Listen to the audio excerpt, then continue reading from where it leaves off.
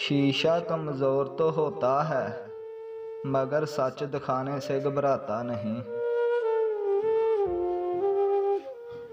पहलू में अगर नहीं है तो क्या हुआ, रहते हैं कुछ लोग दुआओं में उम्र भर। कभी कभी शिकायत करने से बेहतर है इंसान खामोश रहे, क्योंकि जब फ़र्क ही नहीं पड़ता तो शिकायत कैसी। इज्जत नफस अगर किसी के लिए सड़क पर पड़े पत्थर की तरह हो जाए तो वहाँ से किनारा करना ही बेहतर है। बातों के पासदार लोग थे, वादों से फिर गए, नजरों से गिर गए।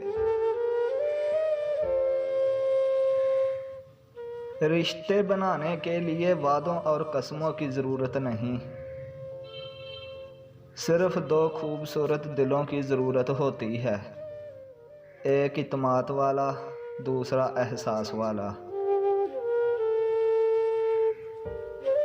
मैंने अंगारे छू कर भी बताया इसको कि ऐसे जलता है दिल बेरुखी से। जिंदगी छोटी नहीं होती, हम जीना ही देर से शुरू करते हैं। जब तक रास्ते समझ आते हैं तब तक लौटने का वक्त हो जाता है।